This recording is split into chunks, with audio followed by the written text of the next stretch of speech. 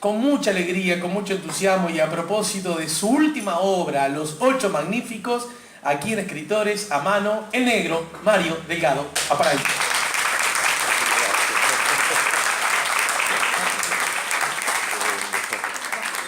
Gracias. ¿Cómo andás, Mario? Ahora que estoy con ustedes, mucho mejor. Sí. Les cuento una, porque también para que sepamos, ¿no? Recién nos encontramos con nuestro admirado Nelson Mancebo, ¿no? Otro lindo caso en el que se disputan por igual el cariño y la admiración, por lo menos de mi parte. Yo lo quiero mucho, mucho a Nelson. Y recién, ¿verdad? A propósito de este encuentro mínimo que tuvimos y a Nelson le gustó tanto ver a Mario, Mario me decía, qué crack, qué buen tipo es Nelson, ¿no? Y hay una cosa que en el Uruguay, que a mí me parece que todavía se mantiene con cierta vigencia, un rasgo. A mí me gustaría empezar preguntándote esto, Sí. y es que hay un montón de personas muy talentosas, muy trabajadoras, muy aplicadas, muy éticas, muy profesionales en su trabajo y que están, como se llama este ciclo, suelen estar muy a mano, muy cerquita de uno, muy a la vuelta, muy atento a lo que uno pueda decirle sin necesariamente haber hecho una inmensa licitación o una coordinación o un pedido de entrevista o de conferencia 4 o 5 meses antes. Primera cosa, querido Mario, ¿vos sentís que eso es, que sigue aplicando para Uruguay esa idea todavía de ciertas relaciones a medida humana? Miren, cada vez menos. Por eso la pregunta Sí. es si sigue. Cada vez menos. Sigue, sí. Yo creo que el uruguayo y la uruguaya, ¿no? Es un tipo humano hermoso, una figura humana hermosa, ¿no? Tiene características que otros pueblos latinoamericanos no la tienen otras, ¿no?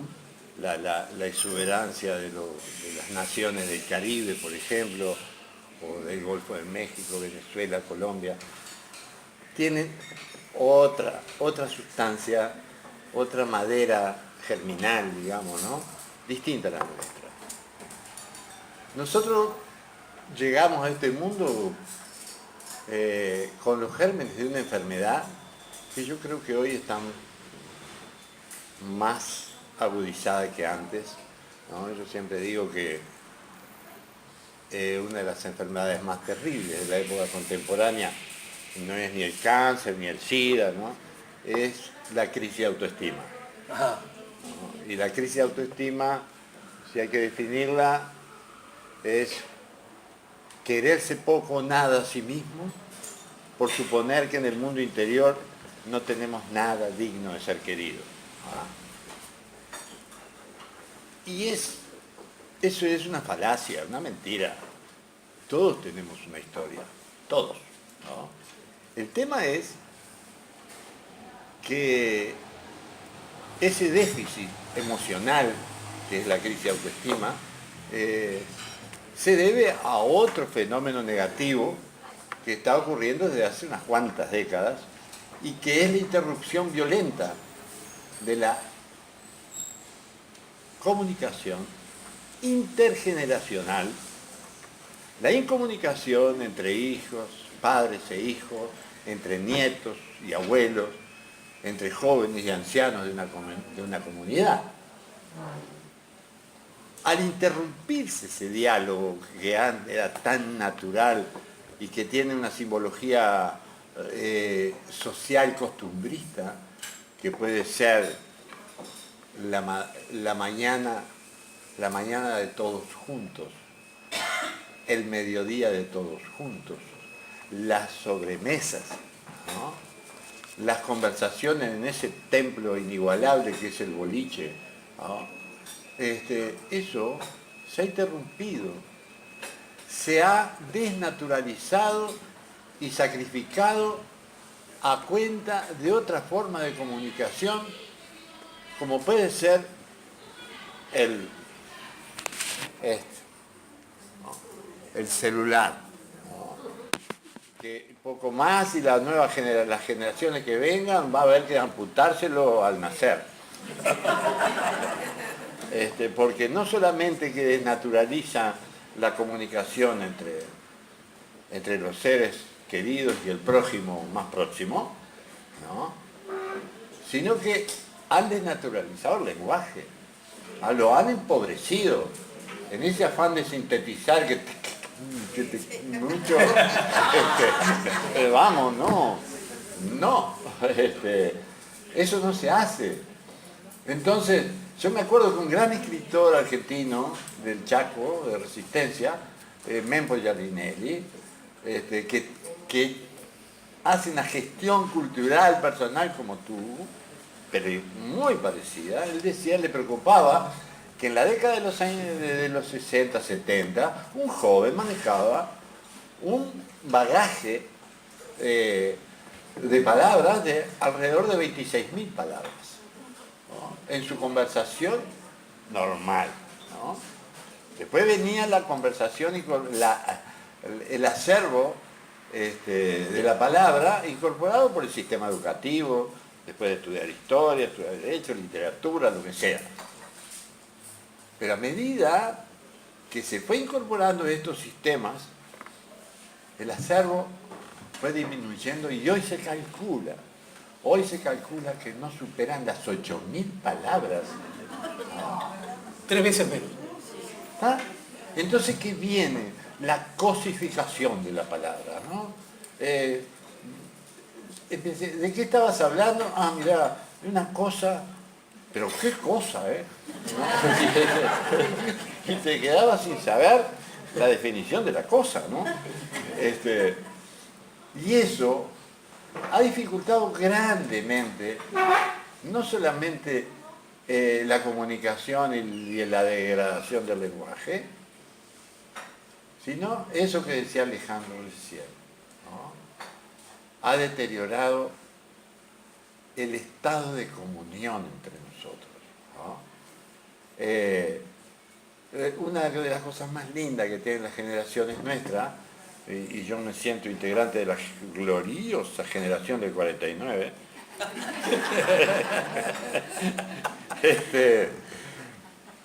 es que nos queremos de verdad, ¿no?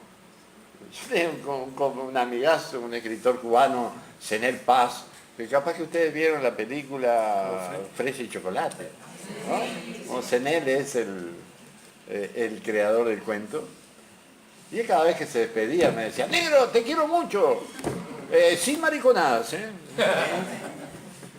Y cada vez es mayor la dificultad para decirle al prójimo, hermano, te quiero mucho, ¿no?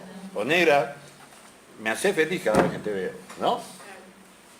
¿Por qué? ¿Por qué eso, no? Entonces cuando me decís, por ejemplo, de nuestro encuentro reciente con Nelson, por más que tenga un prestigio y una imagen hasta inflada por los medios, ¿no? Estamos deseando vernos a la sombra de un árbol, ¿no? ¿Para qué? Para ampliar el campo afectivo, para ampliar la intimidad, enriquecernos con el bagaje del otro, ¿no? Porque en este mundo, y es algo que lo aprendí, para eso tuve que tener un cancercito y aprenderlo, que en este mundo nadie se salva solo, nadie, ¿no? Y uno de los pilares de la salvación es el amor al prójimo. ¿Qué quieren que le diga? No hay otro. Y a su vez es el combustible de la creación, ¿no? Porque uno no inventó nada en este mundo. Hay todos los temas que tratemos, la guerra, el amor, el odio, todos ya han sido tratados, desde Homero a Hamlet, Dante Alighieri, yo qué sé, Cervantes, todo, Netti, Mario Netti, todo eso. Bueno, pero porque lo hayan tratado de ellos, yo no voy a dejar de escribir, ¿no? Yo tengo mi punto de vista sobre la cosa. ¿Sabés que acabas de tirar una piedra en el charco y que salpica, pero bueno, lejos de lo que ocurre generalmente cuando uno es salpicado por una piedra que cae al charco y se lamenta porque de pronto se iba la milonga o tenía alguna cosa por ahí. En este caso son salpicaduras que agradezco porque además encuentro que todas están interconectadas. Por lo pronto hablaste de Cuba y Fernando, acá uno de nuestros compañeros que suele venir a estos encuentros, antes de arrancar nos mostró una edición de uno de tus libros, justamente, editada en Cuba, ¿verdad? Se la van así. Libro que compraste en el marco de una feria internacional, ¿así? Ah, no, pensé que porque algunos conocidos nuestros han estado por allá y pensé que podía ser por ese vínculo. Y hablaste de que pasaste por un cáncer y mi amigo Fernando... Pero estoy resurgiendo como el gato Feli de la ceniza. Y yo, dejadme plantearlo en estos términos, yo me siento muy responsable del inicio de ese cáncer. Cierto, es cierto. Está brava esta frase, ¿no? Está bravo, sí. Porque en el ciclo Escritores a Mano, que el ciclo Escritores a Mano ha tenido distintos techos, pero ya tiene una larga, aquí mismo, una larga trayectoria, una larga tradición, pero nació en pleno invierno del 2002, como ya he contado muchas veces. Y bastante más acá en el tiempo, una de las casas en las que fue recibido el ciclo fue un precioso café, un precioso bar, el bar Paysandú, ubicado en la exacta esquina de Rondó y Paysandú, ¿no? Que es curioso porque en una nueva etapa, un poquito más recogiendo la tradición del bolichón que siempre fue, con una cosita un poquito más ayornada, más moderna, de este bar que yo supe de gurí, bastante chico, conocer bastante, porque con 12, 13 años lo tomaba cada mediodía cuando salía del liceo, rumbo al barrio Cópola, allá cerca de las Acacias, la cancha de Peñarol. Con 13 años ya se tomaba al mediodía.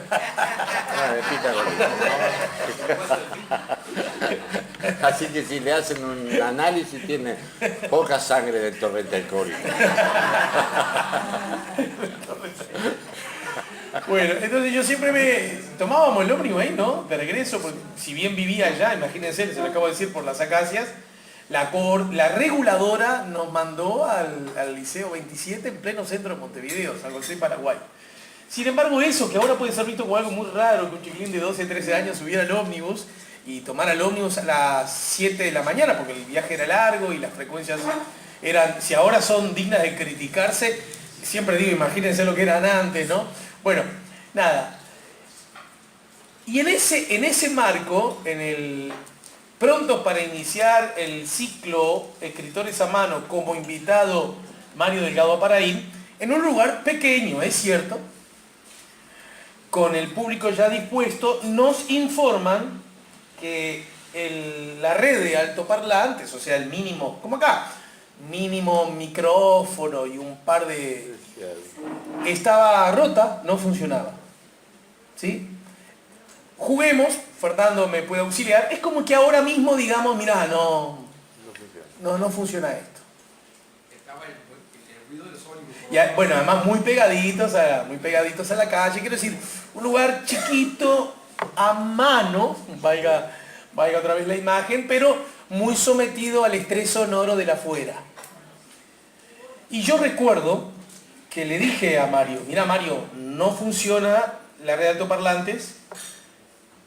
Digo la red y parece como que fuera para amplificar el Estadio Centenario. No funciona el micrófono, no sé qué está pasando.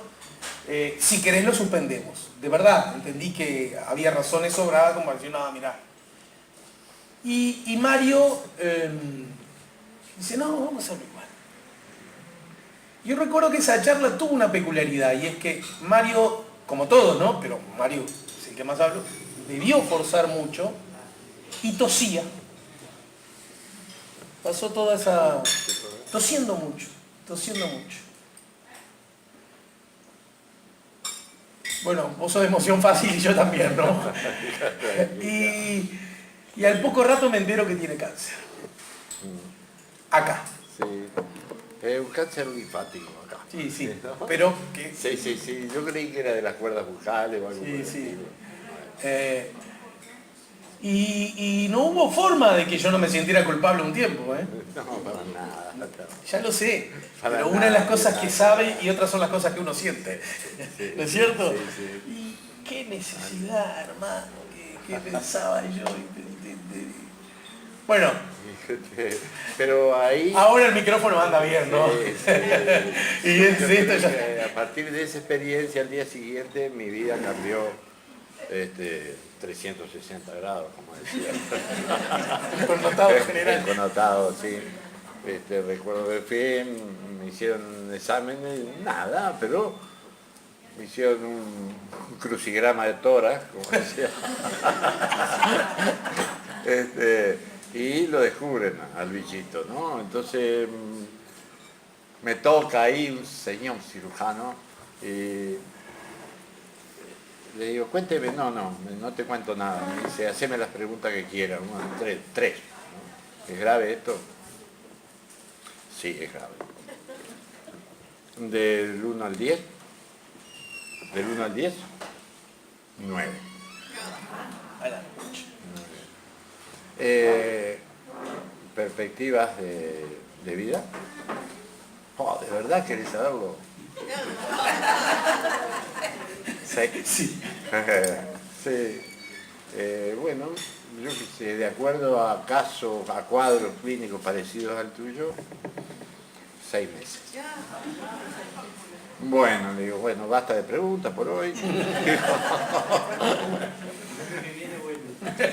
Y ahí empezó la batalla, ¿no?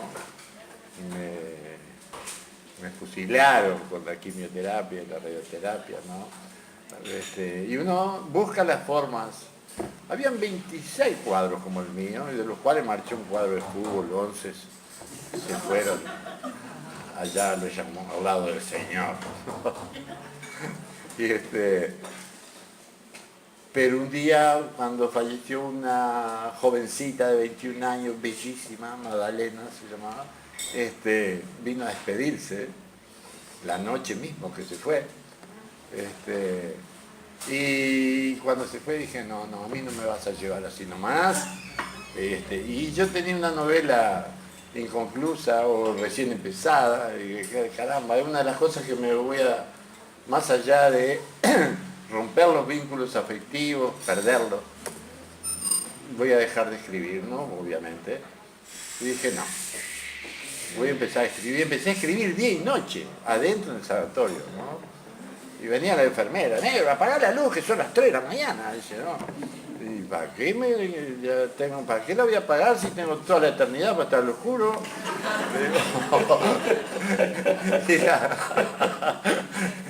Y la terminé. Y cuando la terminé me hicieron el último examen, como dicen los paisanos, sanito de pata y mano. De ahí nació el hombre de Bruselas. Así cualquiera escribe, ¿no? Apurate porque son 6 meses, hermano. Sí. Y eso por eso es lo que mejor aprendí de ahí. Primero eso que les dije hoy, nadie se salva solo acá, ¿no? Es ese micromundo pero gigantesco que son aquellos que no lo abandonan nunca a uno, ¿no? Y que hace que se genere una especie, no es, la palabra deuda no me gusta, pero es una necesidad de ser recíproco, ¿no? De ser generoso, de no ser egoísta ni soberbio, ¿no? Defectos repulsivos, si los hay, ¿no? Entonces ahí aprendí que se trata de construir una palabra dentro de ese universo de las palabras, correr a un costado la palabra yo y construir el nosotros, ¿no? La palabra nosotros, ¿no? Y uno se siente mucho más seguro porque aquel que traiciona la palabra nosotros es como que si quedara desnudo en la vereda, todos lo ven. Sí, Quizás tenga razón Joseph Conrad entonces, cuando, como nos recuerda Mario en el inicio de su última novela, ¿qué tiene pues de extraño que cuando la desgracia nos clava su duro aguijón, halle ya anudados los lazos del compañerismo entre los del oficio? Y cualquiera puede entender que Mario nos propone que no olvidemos que andamos todos, sin excepción, en este interesante oficio de andar vivitos y coleando, ¿no? Sí, verdad. Es muy interesante esto de estar vivo, ¿eh? ¿No? Sí, es atractivo. Uno empieza a mirar a las mujeres de una manera distinta, ¿no? Sin distinción de edades, ¿no? ¿Sabés qué? A propósito de la piedrita que salpica para todos lados y que cae sobre el charco, hay un asunto que comentaste ahí y me siento la obligación ética de señalar, y tiene que ver con Zenel Paz, el escritor cubano. Yo conocí su obra hace ya muchos años, estoy hablando de más de 20 años, 25 quizás, porque fue en el comienzo de los 90. Y me hizo conocer a Zenel Paz, una periodista que luego se transformó en connotadísima docente y directora teatral, y que hace un tiempo además ocupa un cargo de dirección en la Intendencia de Montevideo, y que justamente ahora está pasando por alguna dificultad en su salud. Me permito hablar de eso porque lo ha hecho público a través de las redes. Estoy hablando de Mariana Perkovich. Sí. Mariana hace mucho tiempo viajó, ya les acabo de decir la cantidad de tiempo, viajó a Cuba y volvió con un texto.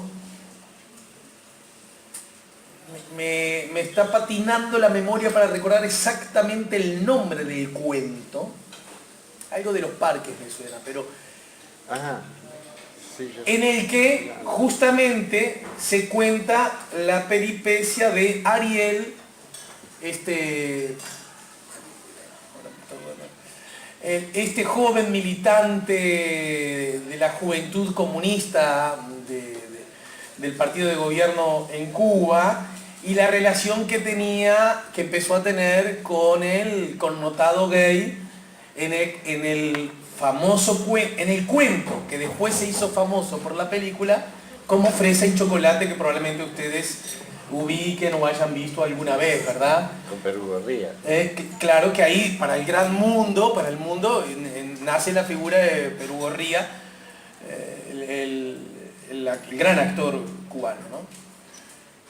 Pero yo quiero hacer un homenaje al ojo de Mariana, porque ella le hacen llegar ese texto, se cruza con ese texto allí en Cuba y dice: acá hay una perfecta historia para ser contada en teatro.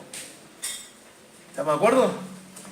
Mucho antes, repito, que se transformara en éxito cinematográfico, ¿no? Al punto tal que empezamos a ensayarla con otro querido amigo, Yamandu Cruz, con la dirección de ella, la versión que ella empezó a trabajar, la dramaturgia, ¿verdad?, que hizo sobre ese texto, y habíamos acordado hacerlo en un teatro. De verdad, se lo quiero decir, ahora no viene a cuento qué teatro. Y ese teatro, por razones que tampoco vienen a cuento ahora, desistió de seguir trabajando en el proyecto. Y nosotros, esa resolución nos cayó con tal intensidad como un balde de agua fría que destruyó el proyecto. Como pasa muchas veces, porque simplemente, entre comillas, el teatro con el que habíamos empezado a manejar la posibilidad de hacerlo nos dijo no. Bueno, era cuestión de buscar otro teatro, o una esquina, o un garaje, o no sé, yo mismo lo estoy diciendo desde una perspectiva autocrítica, ¿no? Y al poco tiempo, ese texto se transformó en el formidable, rotundo éxito que significó Fresa y Chocolate, ¿no? Aquella película, ¿se acuerdan? En que dos jóvenes se encontraban desde perspectivas distintas, que naturalmente tenía una lectura muy precisa, enmarcada en la Habana revolucionaria y con infinito número de contradicciones, pero que también servía como simple, entre comillas, ejercicio de encontrarse con el otro, aunque el otro sea notoriamente distinto a uno, ¿no? Y que creo que es la maravilla de esa obra, de la perspectiva artística y por lo tanto de suma vigencia. Entonces, justo, me nombra el negro a Zenel Paz, alude a su enfermedad. Me acordé yo de Mariana y me pareció que esto forma parte probablemente de un plan que me da la sensación lo estamos ejecutando a las mil maravillas todos nosotros y que alguien ya ha escrito por nosotros. Les quiero decir que El hombre de Bruselas, que fue aludido, va a ser uno de los libros que ustedes van a ganar.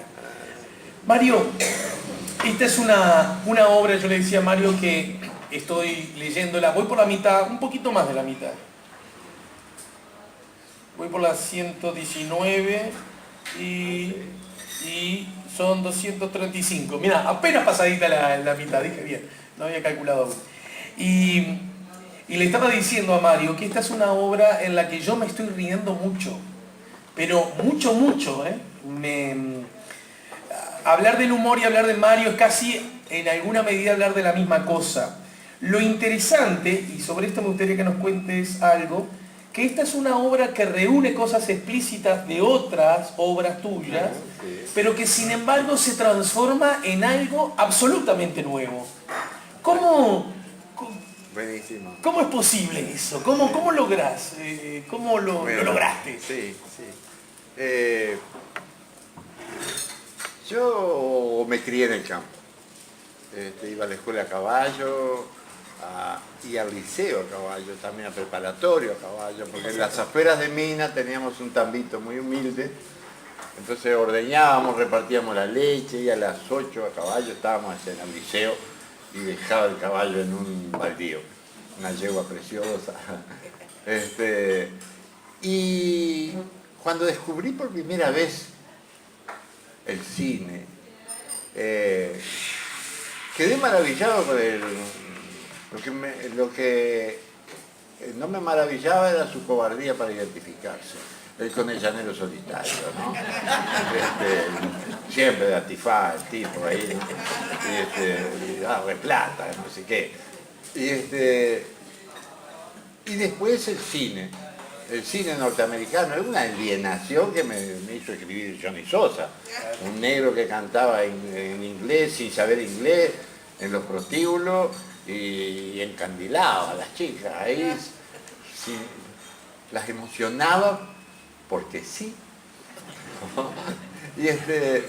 Y yo siempre pensé, como aprendí a andar a caballo antes que caminar, y me crié en ese territorio tan bellísimo, tan bello, de la frontera, Aceguá, el norte de Tacuarembó, todo eso. Y mi padre era un capataz rural y venían cerca de casa una banda de contrabandistas, pistoleros, todos al Concord 45, vestidos de negro, y el matrero jefe, Filipino Nieto, era un personaje increíble, ¿no? Y sí, eran amigos de mi padre, lo respetaban mucho y jamás nos robaron, todo lo contrario, eran gente tan solidaria que abastecían de mercaderías contrabandeadas del Brasil a una veintena de rancheríos, ¿no? Entre ellos el rancherío de la semana, Ahí se llamaba el rancherío de la semana porque vivía los 7 días, la familia Díaz. Y bueno, que justamente para desdramatizar la quimioterapia, ¿no? Un día mi oncólogo, Alvarito Vázquez, me dice, Negro, algún día tenés que escribir sobre esto. Sí, bueno, está bien. Y yo me acuerdo que las 2 drogas que me daban, una se llamaba folinato de calcio y la otra es topósido 10. Y para amortiguar los destrozos estomacales que me producía eso, me daban una especie de leche de magnesia que se llamaba Milanta. ¿No? Ahí está.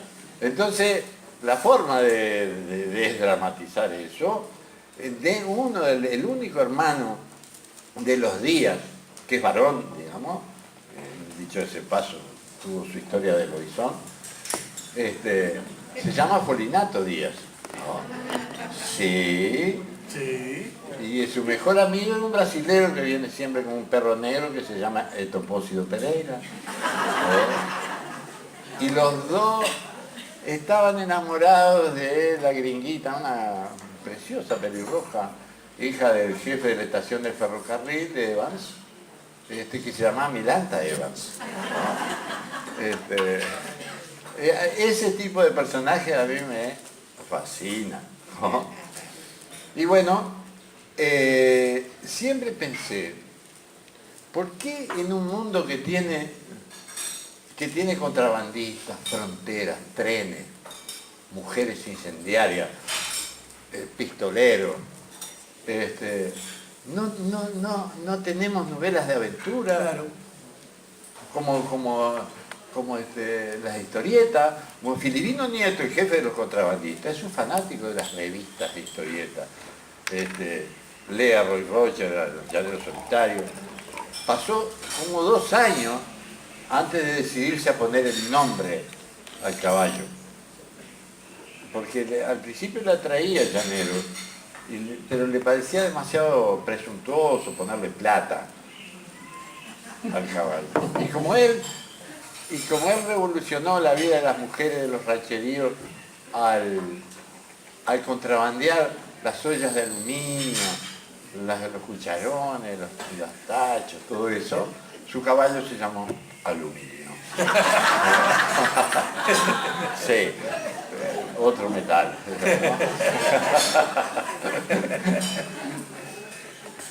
Y la novela, yo venía de escribir una novela muy dura que me costó, la hice con un despilfarro de amor impresionante, que fue El sitio de Paysandú, ¿no? Y fue una experiencia muy dramática porque la viví a fondo, ¿no? Yo recuerdo que con Tomás de Mato teníamos una hermandad tan intensa, tan profunda, que él vivía en Tacuarembó y yo acá, y teníamos la costumbre de llamarnos a cualquier hora de la noche cuando poníamos el punto final. Y bueno, me recuerdo cuando terminé, acababan de fusilar a Leandro Gómez, lo llamo, ¿no? Y él se dio cuenta que yo estaba emocionado. Dice, Negro, no te preocupes. Dice, la diferencia entre vos y yo es que yo tengo patio para llorar. Y bueno, y así es la vida, porque la última vez me llamó a las 12 menos cuarto de la noche y me dice, Negro, te voy a mandar los cuentos, acabo de terminar el libro de cuentos. Bueno, mandámelo ya. Me lo mandó y a las 7 de la mañana cayó muerto frente al mercado de Tacuarembó, ¿no? Y se me fue, ¿no? Y como venía de esa experiencia literaria dura, dije, no, voy a tratar de terminar y contestarte la pregunta que me hiciste. Escribir un western me costó 4 veces, 4 libros. El día del cometa, Estado de Gracia, Por mandato de madre, y nunca quedé conforme. Y lo que yo nunca pensé publicar, ningún libro pensé publicar, ¿no? Pero este es un placer personal. Es como quien está tallando una cabeza de madera y dale, hasta darle la forma, ¿no? Como decía Miguel Ángel, la escultura es quitarle al bloque de mármol lo que sobra, ¿no? Y esto es igual. Demoré no sé cuántos años, hasta que dije, las voy a juntar, a ver qué puedo sacar. Una las puse como en una licuadora, a ver qué sale, ¿no? Y me di el gustazo. Creo que es de lo mejor que he escrito, porque la preocupación mayor es el lenguaje, ¿no? El lenguaje como protagonista de la historia, ¿no? El encanto del lenguaje, ¿no? Y el primer encantado soy yo, ¿no? Y si no me encanta a mí, no voy a tratar de encantar a nadie, ¿no? Obviamente, ¿no? Y el gran maestro, después me encantó la parodia que hizo un gran maestro italiano de los westerns de John Wayne y todos, y sus muchachos, ¿no? Que es Sergio Leone, con los Spaghetti Western, con Franco Nero, Clint Eastwood, ¿no? Y son preciosos personajes, una sátira de ese chauvinismo, de el bueno y el malo. En las películas de John Wayne los malos son los apaches, los negros, los mexicanos mugrientos, eso. Siempre con la cara grasienta, o no. Y bueno, y todos los héroes de John Ford y todo eso eran rubios, de ojos celestes, pero siempre estaban hablando y acomodándose la melena, ¿no? Y Sergio Leone se fue al otro extremo. Sus héroes no se afeitan, hablan con un pucho de tabaco en la boca sin moverla, siempre los acompaña una marcha triunfal, que es silbada, como lo bueno, lo malo y lo feo, por un dólar marcado. Entonces dije, yo voy a hacer un western criollo, ¿no? Una sátira, una parodia de la guerra y del poder. Del lado del poder, igual que traté de hacerlo en El hombre de Bruselas, que es una sátira de los gobiernos locales, una sátira de los alcaldes, de los intendentes, de los prefeitos, ¿no? Acá el territorio es el territorio libre de Durazno, ¿no?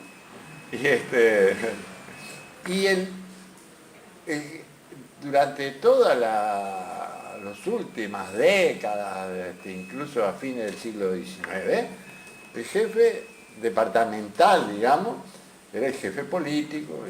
Bueno, acá viene alguien que de un plumazo, afuera el jefe político, de aquí para adelante en Durazno va a haber gobernador, ¿no? Es el gobernador de Durazno, que viene así, y es nieto del tirano Máximo Santos, es nieto.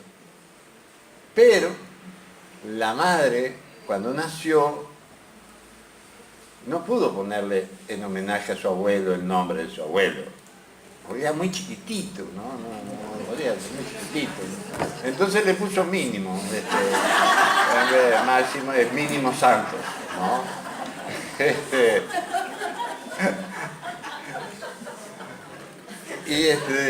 Y justamente en esos tiempos, ese hombre que tiene un ejército propio, que está a las órdenes del general Prudencio Terrajas, resulta que por esos días de 1910, más o menos, se creía que iba a sobrevenir el fin del mundo. Todos lo saben eso, porque eran los días del cometa Halley, ¿no? De hecho, mucha gente prefirió no estar el día de la pasada del cometa y se suicidó. Yo creo que en todo el país, acá, en Montevideo hubieron como 5 o 6 suicidios en el cerro de Montevideo. Eso es verdad. Y casualmente el cumpleaños del general Terrajas es ese día. Es ese día. Por lo tanto no es un tipo muy optimista, que digamos.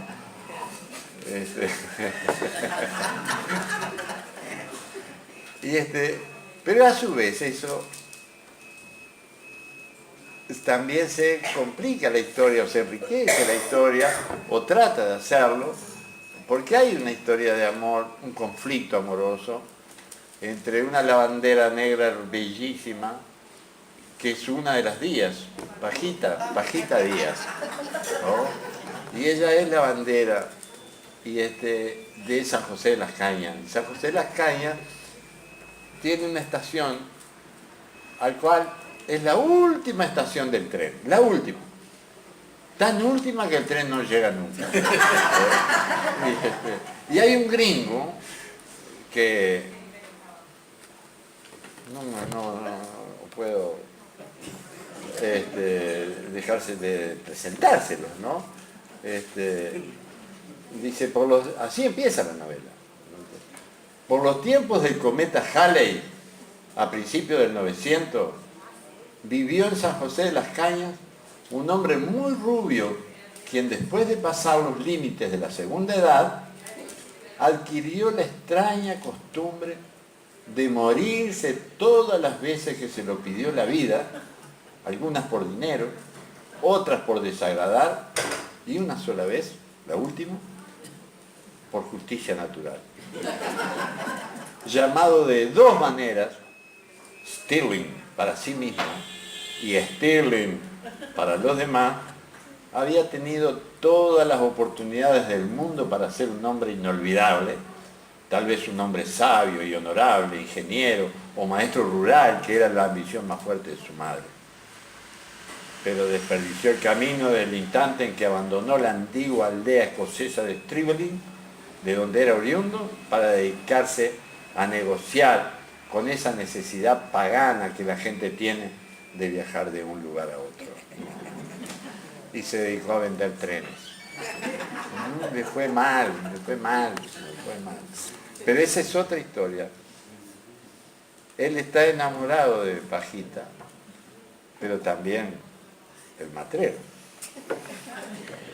Entonces hay una lucha, hay que verlos a los 8, llegar a la entrada del pueblo y Stirling, esperando que lo nombren alguna vez jefe de la estación, un nombramiento que nunca llega. ¿Y a qué se dedica? A mandar mensajes por el telégrafo, a insultar el mundo. Y allá en la entrada del pueblo, los 8, mirándolo, esperando para pasar un telegrama que va a marcar un antes y un después, una declaración de guerra. Y es la única batalla en los anales de la guerra donde un ejército se vence a sí mismo. Algunas preguntas, omití decir lo que ya se sabe, pero siempre hay que repetirlo, y es que el papelito en blanco que tienen es para que escriban alguna pregunta a nuestro invitado, del mismo modo que el papelito que tiene el número es el que les permitirá, ahora nomás en... Sí, que pregunte, porque si hay algo que detesto es aburrir, ¿eh? ¿A vos te parece? De verdad, de verdad. Bueno, mira, ya hay algunas preguntas. Usted hace años vendió los derechos de autor para que se filmara su maravillosa obra No robarás las botas de los muertos. ¿Por qué nunca se hizo la película? Pregunta Olga. En realidad no le vendí los derechos. Ah, ¿no te enteraste? Yo recuerdo que apareció un director paulista muy bueno, que vive en Londres, Mauro Baptista, que estaba fascinado con la novela e incluso pensaban hacer con ¿cómo se llama? Yo estoy como, ¿cómo dicen cuando lo visita el? Sí, no, a mí me visita el italiano. ¿Qué se llama? Franco deterioro.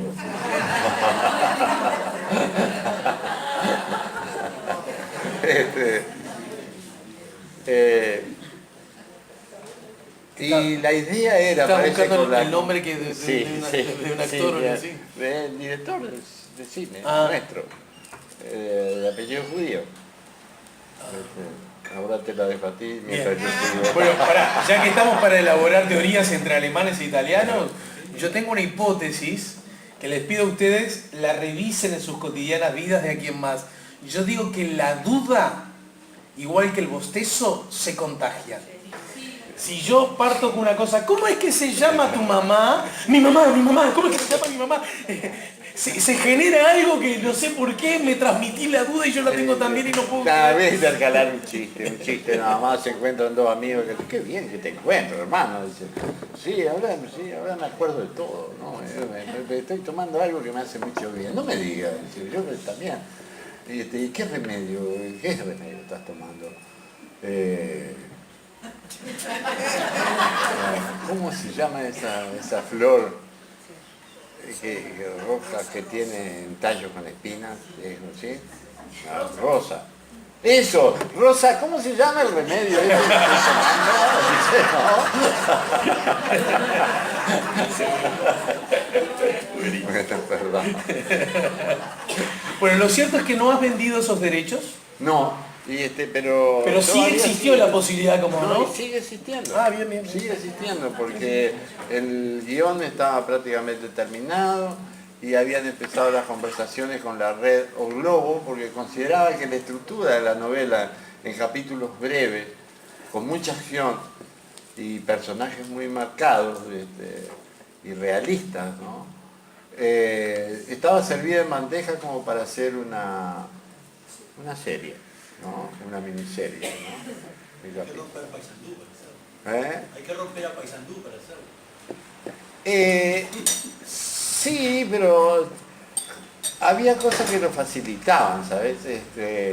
Por ejemplo, ¿ustedes se acuerdan de aquella serie de televisión que hicieron con el emperador Pedro II, del Imperio Portugués al final? Bueno, toda la época de Pedro II, hijo de Pedro I y de don Juan VI de la Casa de Braganza, todos los vestuarios estaban ahí. Que eran los mismos de los 14.000 soldados que vinieron a rodear a Paysandú. ¿No? También tenían las pinchas del almirantazgo, que venían en bandeja para los 6 buques del almirante Tamandarena, que bombardearon a razón de 2.000 cañonazos diarios la ciudad de Paysandú durante 33 días. Y bueno, es decir, cuando yo pregunté muy ingenuamente, ¿y cómo van a hacer la batalla en el río? ¿No? ¿Dónde la recrean? Me dice, es una directora de cine que era sudafricana, que estaba con Batista. Me dice, me rió en la cara como diciendo, sos tonto, ¿eh? No, la batalla la hacemos en una bañera.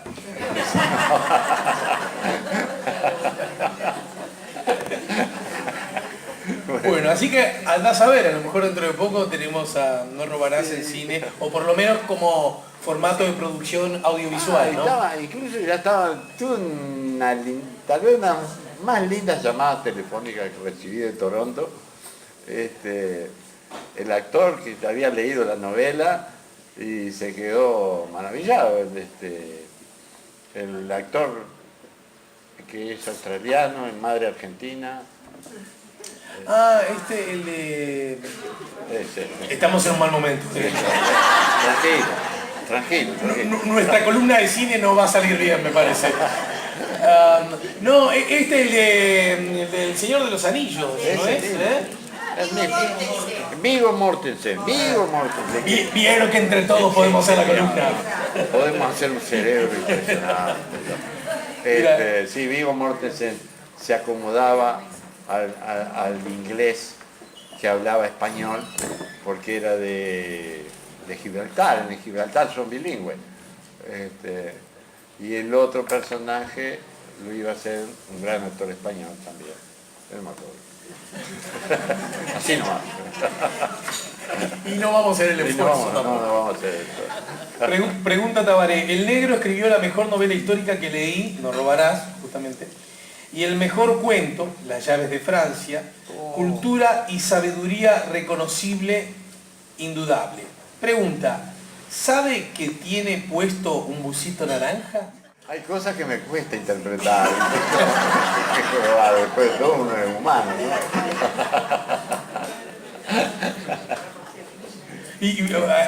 Danos una pista, Tabaré. Sí, ¿qué quiso Es un decir? piropo, terminé con la pregunta porque no es común ver una persona...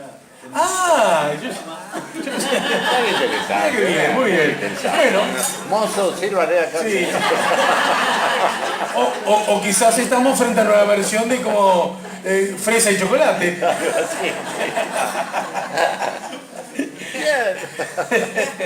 No, pero pará, que Nelson Mancebo también te elogió el busito. Es verdad. Sí. O sea, está recibiendo un elogio por el buzo cada 30 minutos. Pero mirá que... A las 6 uno de ustedes le dice algo, ¿está? Y si mantenemos la tradición. No estoy acostumbrado a hablar de la ropa, pero tengo un rompimiento negro. Fernando pregunta, y estamos pensando el final casi. Los 8 magníficos, ¿qué 8 escritores rioplatenses hay que leer? No vale decir Borges, ni Cortázar, ni mucho menos Milton Fornaro. Lo pregunta Fernando. Milton, el Patilla Fornaro estuvo la semana pasada. Río Platense. Sí, ¿qué 8 escritores rioplatenses? A ver, argentino Jorge Rivera, Juan José Saer, con una novela maravillosa que se llama El limonero real, Jorge Belgrano Rawson, también argentino, Tomás de Matos, ni que hablar, Alejandro Paternay, Teresa Porcecanqui,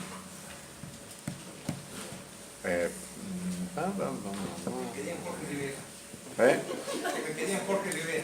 Jorge Rivera, sí. Van 6. Van 6.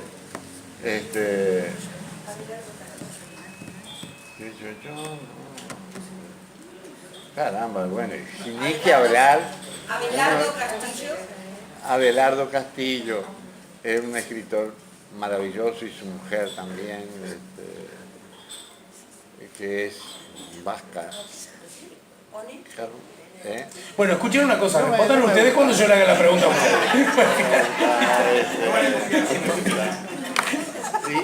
No, ¿Cuáles son los 8 mejores? Toma, te paso la lista, dale. Juan José Morosoli. Morosoli es un genio, un genio. Le voy a decir una cosa. Por lo general, un buen cuento es el germen, muchas veces, de una buena novela, ¿no? Y alguien que se parecía mucho, y eso que Juan José Morosoli no escribió novelas, ¿no?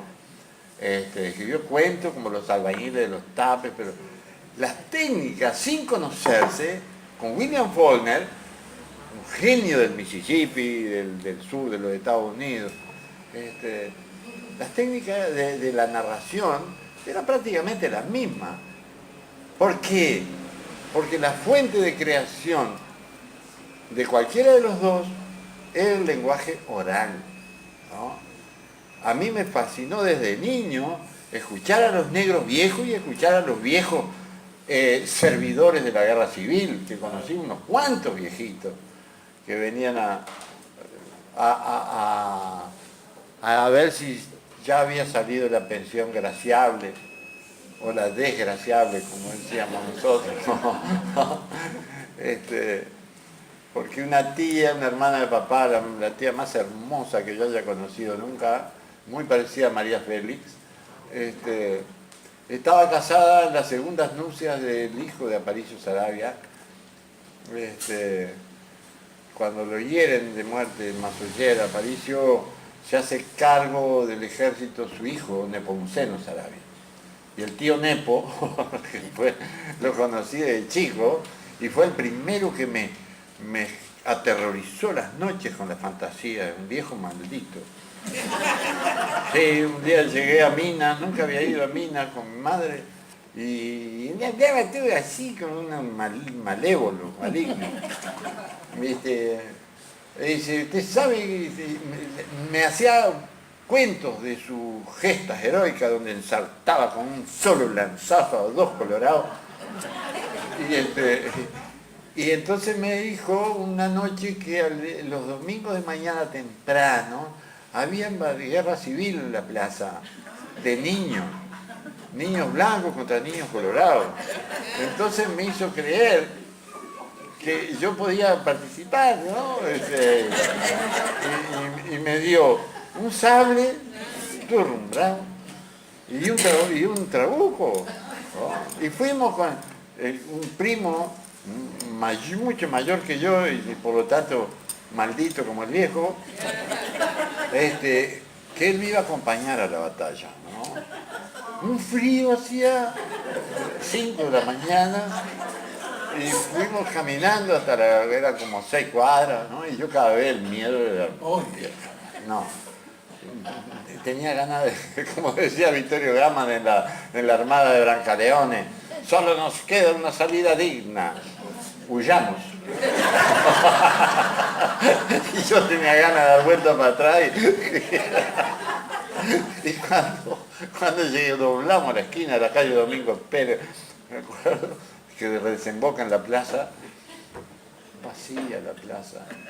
Habían 2 barrenderos municipales, sí, pero ¡pam! Negro, me dice el maldito, el Cabo Mingo, se llama. Terminó.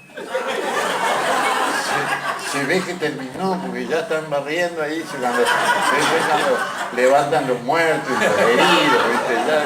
Ya deben estar en el hospital Vidal y Fuentes, ya todo, se ve, ¿no? Y me fui, por un lado aliviado, por otro lado frustrado, ¿no? Y esas experiencias, digamos, son las que nutren a veces la creación y lo hacen a uno divagar y mentir. A Juancito Capagorri decía, hay una diferencia sustancial entre ser mentiroso y ser embustero. Siempre me quedé sin saber cuál era la diferencia.